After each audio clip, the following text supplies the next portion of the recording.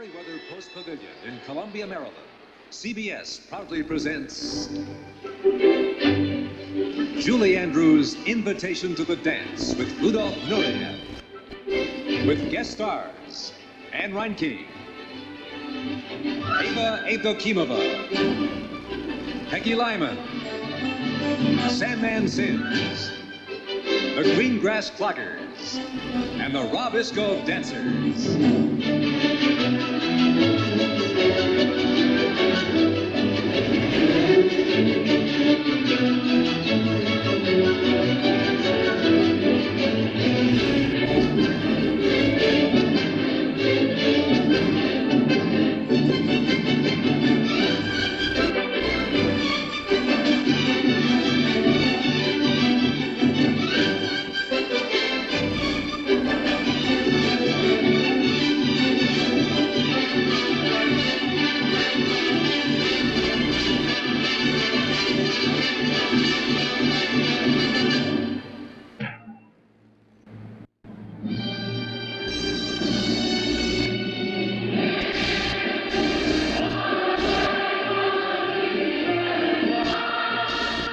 Ladies and gentlemen, boys and girls, Miss Julie Andrews.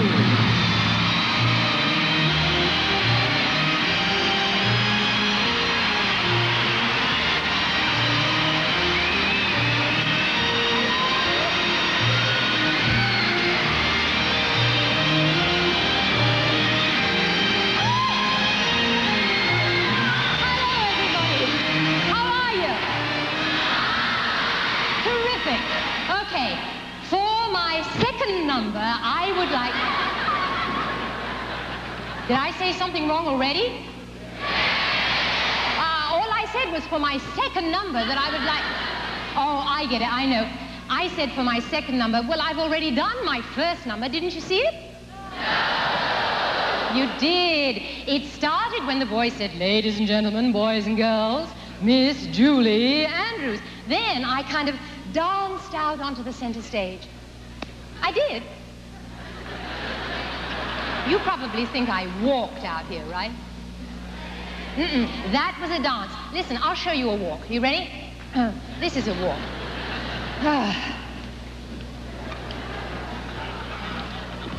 That's a walk. And this is a dance, Jack.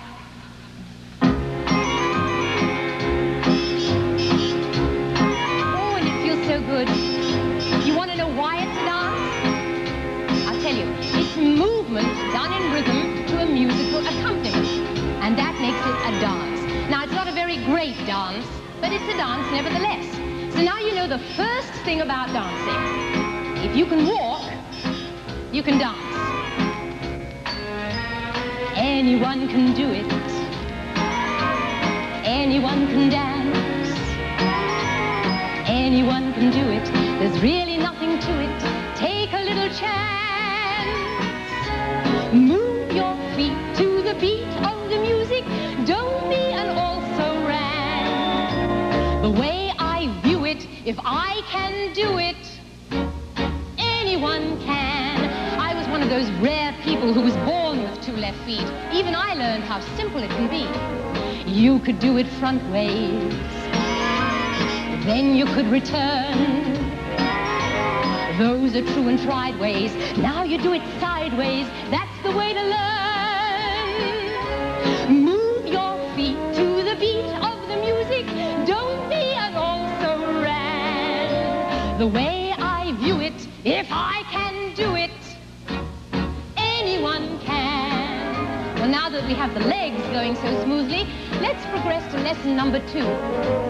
First thing, you add some movement with your arms like so, and add a lifting of the knees like so. Next thing you know, your head begins to go, and your shoulders too. Then do a side kick, back, front, flick, pull, and slide, hop and glide. That's the way to dance. Anyone can dance. Anyone can do it. There's really nothing to it. Take a little chance. Move your feet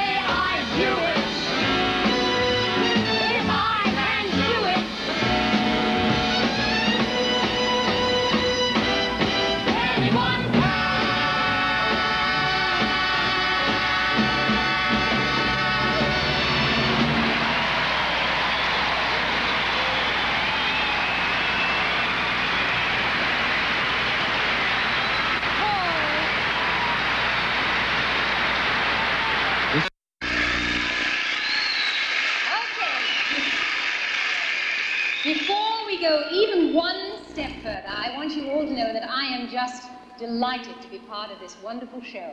I love the world of the dance, and I have ever since I was a very young girl. So, let's get started. Now, there's somebody waiting backstage who I think is the greatest dancer of our times. Yes? And it's not John Travolta. This gentleman is a star of the ballet, and he is a most charming person, Mr. Rudolf Nureyev.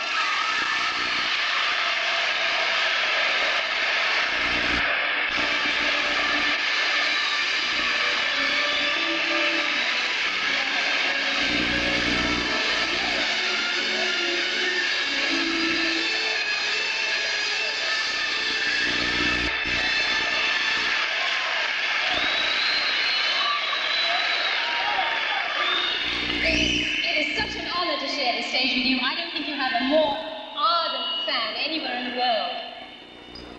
I am honored to be here with you. After all, I can only dance, but Mary Poppins can fly. Well, that's true. But I can't fly without my umbrella. And anyway, we're here to talk about the beginnings of the dance, and I know you have a great deal to say about that, so go on. All right, we'll start. Dancing began many thousands of years for a number of reasons. Number one, to communicate. Before words were spoken, people used to talk with their bodies. Isn't it true that the dance in the old days was used in early religious rites also? Yes, you have heard of the Muslim sect called the whirling dervishes. I have. Well, their dance is a form of a prayer, which dates back over 5,000 years to the Egyptians. Well, is there anything else that motivated dance in the early days? Well, if you promise not to blush, I'll tell you. Okay. Well, the famous three-letter word, S-E-X. Yes, one of the early uses of the dance was for people to attract attention to each other.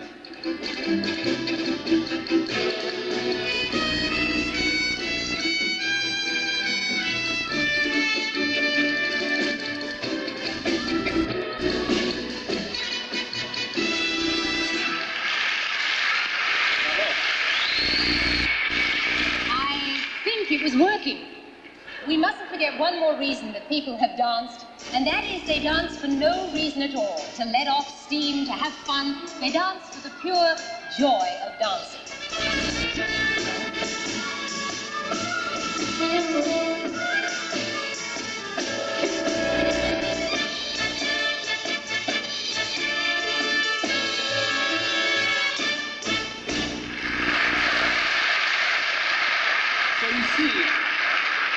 All of the beautiful dances that we do come from the dancing that ordinary people have been doing in the streets and villages for thousands of years. In the early days, when people came here from the far corners of the earth, they brought with them their traditional dances. The Irish settlers, for example, put on their clog shoes and they danced their reels and their jigs, and before very long the hills were alive with the sound of clogging. The tradition is very much alive today in its American version as performed by the Green Grass Cloggers.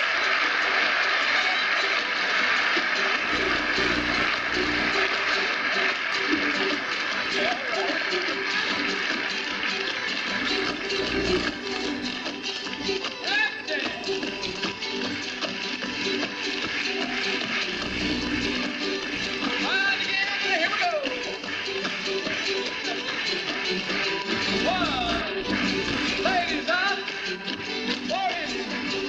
40.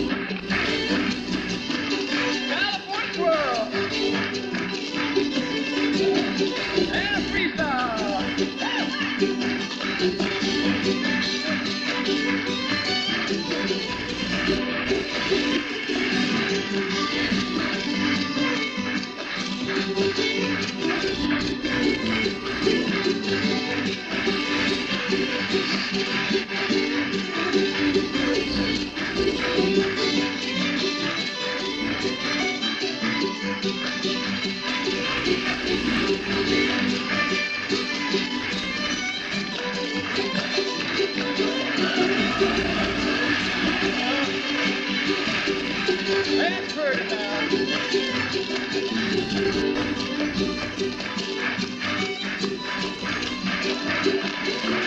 God, get in! Woo! Go out back there!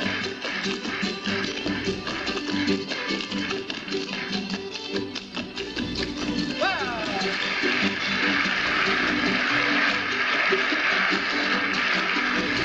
There you go!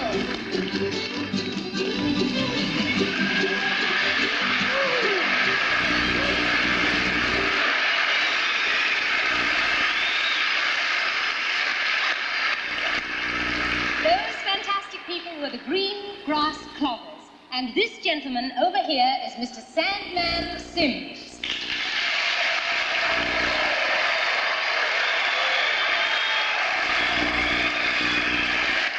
And he is a tap dancer. Tap dancing is considered a Native American art form. Does it not come from the rhythmic dancing of African slaves? Yes, but here in America, those slaves were not allowed to use their native drums, and so they used the sound of their shoes to express themselves. Tap dancers just have a language all their own. Isn't that right, Sandman?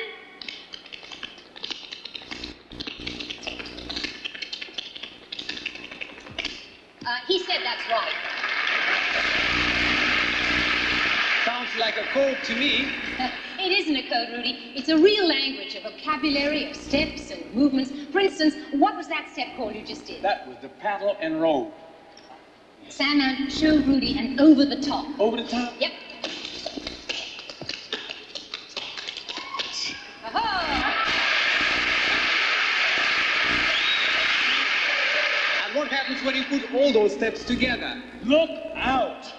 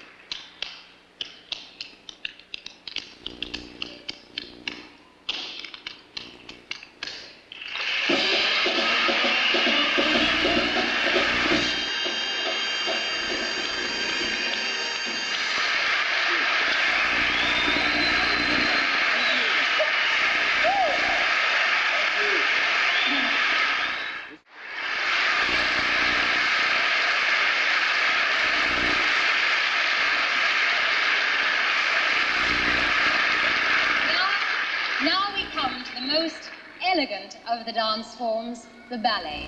And this is the place where a ballet dancer spends most of his waking life. It's the rehearsal hall, and here is where all the hard work is done so that when you see it on the stage, it looks easy. Everything in ballet is formal and proper, and everything has a name. So let's start with the basics, Rudy. All the steps in ballet come from 5 basic positions. Would you like to learn them? I would love to, and I'm sure the audience will be very interested. First position goes like this. Heels together, legs turned out, and that's first position. Second, you open leg to the side, arms go to the side. Third, we bring heel in front of the arch, and arms so. Fourth, leg comes in front, parallel. The arms come here. It's a very popular position to finish, for example, pirouettes, you know, finish into the fourth. Yes. It's very And of beautiful. course, fifth position, again, feet together, parallel, closed. Toe to the heel, with arms here. Well, those are the 5 basic positions. Yes, but beauty of the ballet is how we get from one position to the other. I first fell in love with the ballet through the music. I remember as a small girl outside my aunt's dancing class listening to those beautiful melodies played on the phonograph as the children rehearsed. And in truth, ballet is as glorious to listen to as it is to watch. The man who changed ballet music from mere accompaniment into great symphonic themes was a Russian composer named Tchaikovsky. It was Tchaikovsky who gave us the music to Swan Lake, the Nutcracker, and the wonderful ballet we are about to see tonight. I rather think you'll recognize the music, and I'm sure you will long remember the dancing. Ladies and gentlemen, boys and girls, here are Rudolf Nureyev and Eva Evdokimova, who danced the pas de deux from the ballet Sleeping Beauty.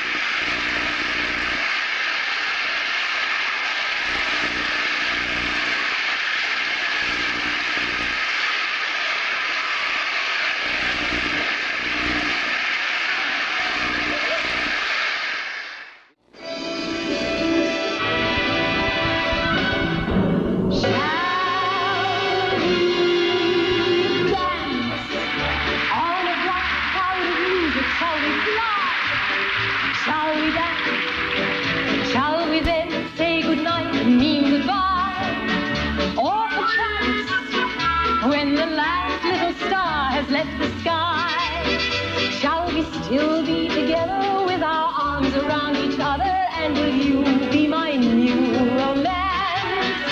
On the clear understanding that this kind of thing can happen, shall we dance? Shall we dance? Shall we dance?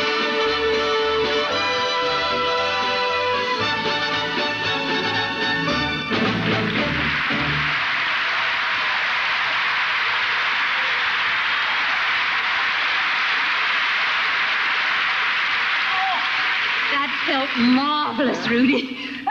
What Rudy and I just did was part of a musical number from a musical comedy called The King and I. Now, the thing about musical comedy dancing that separates it from other types of dancing is that it isn't just dancing.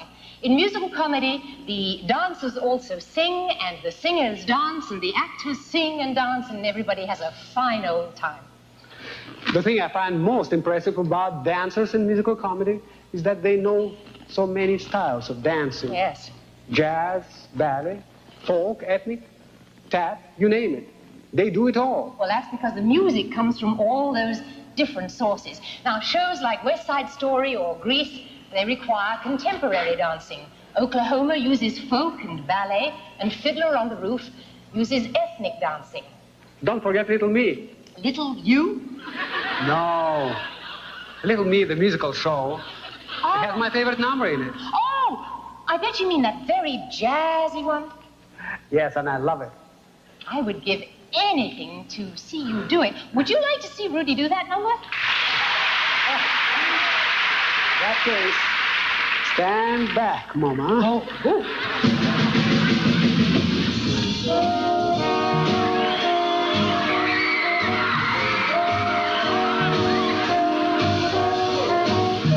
You've got no time for me. You've got big things to do.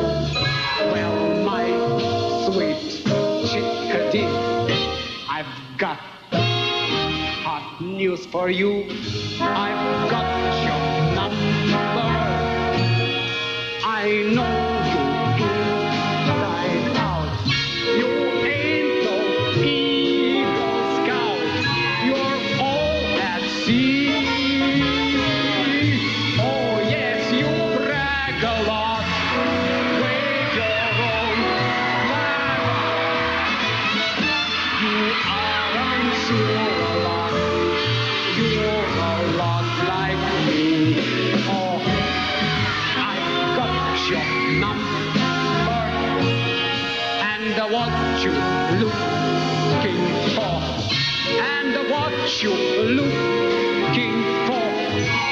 suits me fine.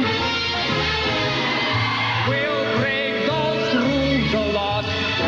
We'll be damn fools a lot. But then why should we not? How could we not combine?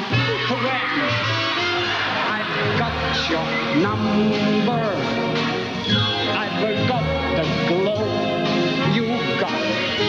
I've got your number, and baby, you know you got mine. How about a change in something more comfortable?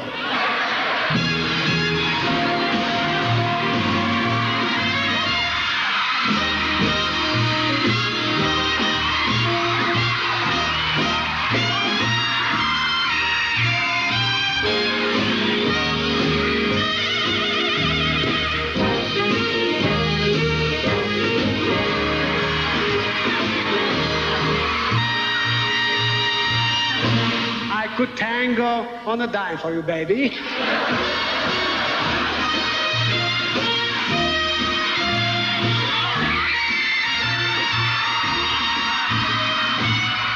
Got change for a quarter?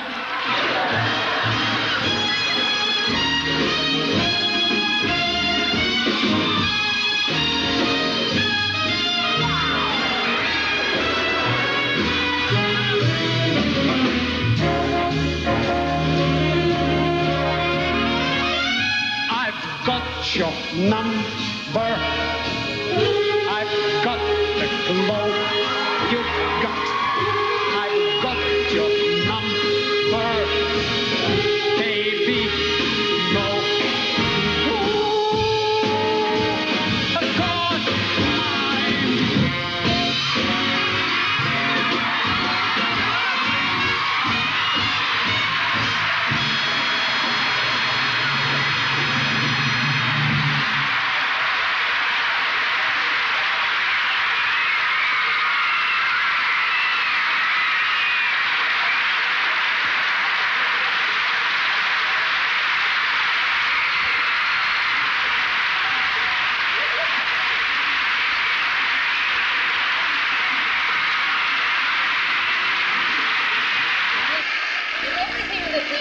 Talked about in the world of dance, there is someone that we have left out.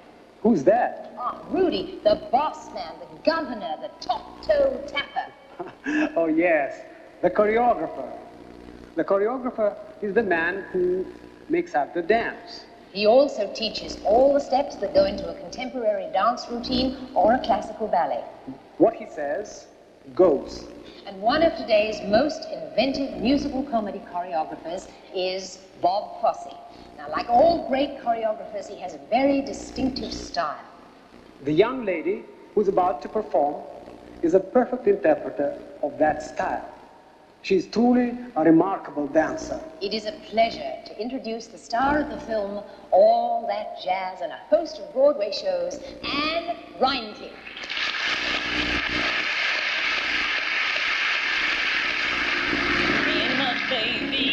My baby and me, we're about as happy as babies can be. Tell old man worry to go climb a tree, 'cause I've got my baby. I'm with my baby. Look at my baby and me.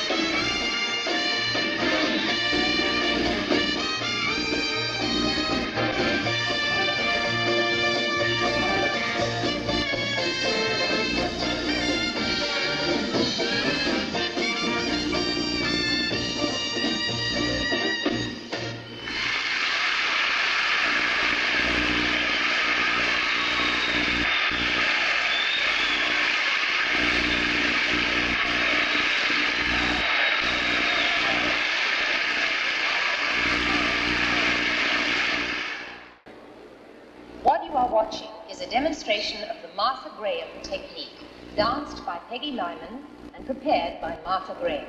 It is a classic vocabulary of steps that will, no doubt, be performed by dancers for many years to come. Martha says she tried to build from the bad, to use the past, but to move into the 21st century. And along with the beautiful dance forms, she gives us great insight into human emotions. And nowhere is it more evident than in her creation of Seraphic Dialogue, which is the story of Joan of Arc. In this excerpt that we're about to see, we watch the internal struggle Joan goes through to maintain her faith, even at the cost of her life, finally accepting her own martyrdom at the stake. Here's Peggy Lyman to dance the Martha solo from Seraphic Dialogue.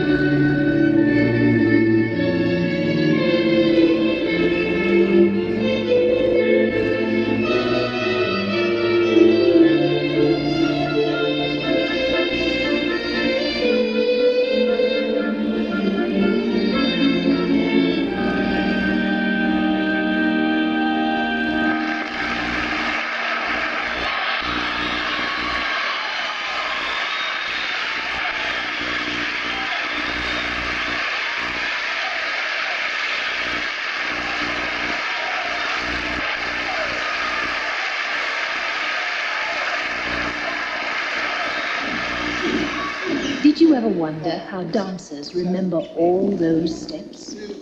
Well, they do it by numbers. The choreographer gives every movement and every step a number, and the rest is just counting. Watch. With music. 5, 6, 7, 8, and 1, 2, 3, 4. Jump 5, 6, turn 7, 8. Drop 1, 2, grab 3, 4, 5, 6, 7. Going on. 1, 2, and 3. 5, 6, 7, and 8. 1, 2, and 3, 4. Jump 5, 6, 7, and 8. Hold 1, 2, 3, and 5, and 6, and 7, 8. Hold 1, 2, 3, 4, and 5, 6, 7, 8.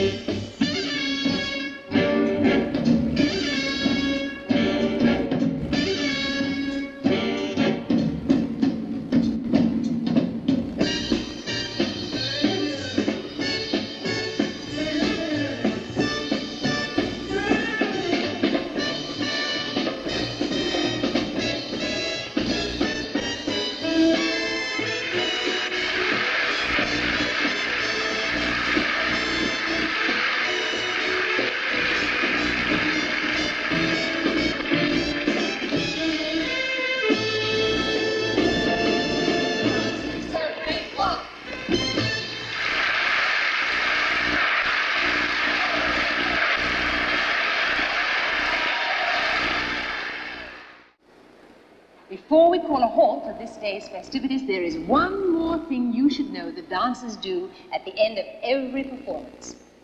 They soak their feet. No, before that, they take a bow. Now, each dancer has his own special way of acknowledging an audience's applause, as our dancers are about to show you. First, we need help from the audience. One more time.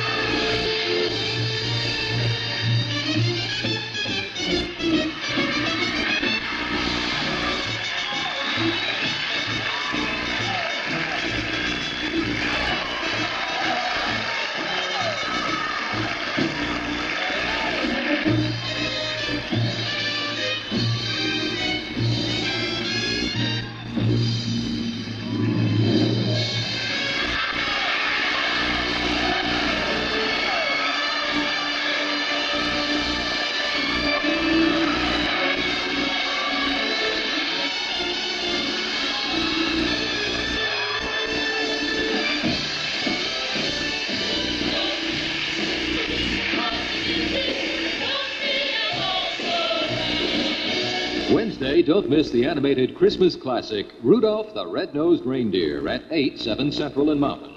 Thursday on December Magazine, Sharon Lovejoy explores the sensitive subject of grieving parents after the death of a child.